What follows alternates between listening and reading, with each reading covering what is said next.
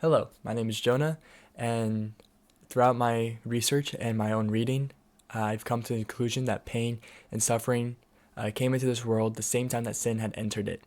Suffering isn't a thing that God had intended for us, it is a direct result of Adam and Eve's actions. It is a direct result of their sin. It was not intended for us, so to say that God has a hand in our suffering is intellectually dishonest. This is an argument a lot of atheists try to use against God. They say that if there is a God, that there wouldn't be any suffering in this world.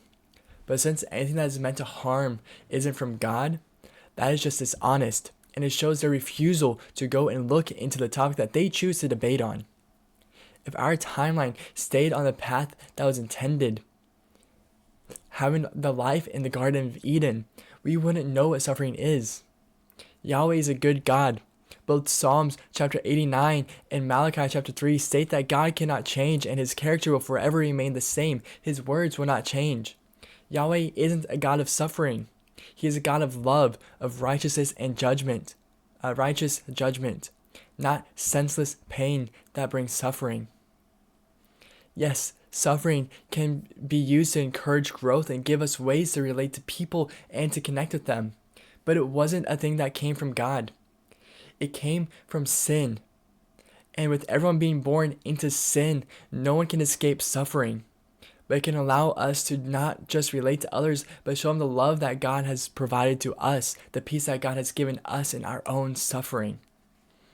In our suffering, we can come to God, we can relate to Him, we can connect to Him, and He will not take away, but He will lift the weight off of our shoulders. He'll lift it off of us. Now, there are a few times where God does allow suffering to happen, but those are minor examples. Those are exceptions, minor exceptions. Is Job, when he allows Satan to torture him and do all this stuff to allow him to go through this suffering and trials, to one, show that the people who chose God will stay with God because of his character, because he is a good God. And the second time that he allowed suffering to happen was with Jesus on the cross. But that was to allow the suffering of this world to be put on Jesus, to allow us to come back and connect with God and to be reunited with God, who is our Father. Those are the two times, the two exceptions that suffering is permitted by God, where suffering is allowed by Him, but He does not have His own hand on it. He is not directly causing the suffering. This is a point from the book.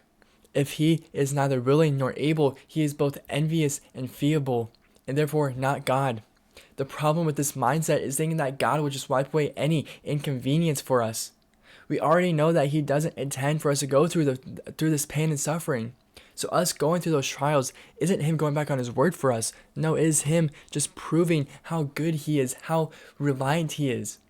While we go through the suffering, we can come to Him, and He will be with us. Psalms 34:18, it says He is close to the brokenhearted. He lifts the spirits who are, He encourages those whose spirits are crushed. When we go through our suffering, we can come to God, and He will not wipe it away, but He will make it easier on us. He will make it something that we can live through, that we can grow from, and that we can use as a testimony to bring others to the same God that we know, to the God that is righteous, who is peace, who is loving, one who does not bring suffering, but one who brings peace into our lives. God is a jealous God. This is a phrase that is said in the Old Testament. He has this jealous love. That love isn't like saying that I want this because you have it. No, that jealous love is a protective love for us. That jealousy that God has, that righteous jealousy, that divine jealousy, is protection over His children. We are His. So He wants to protect us from anything that happens. That's why He wants to guide us through our path. He wants to guide us on His path, which will bring less suffering. Yes, it's a narrow road. Yes, we will have persecution, but we will not suffer in that persecution, because God has a plan for us, and in His plan, there's only peace.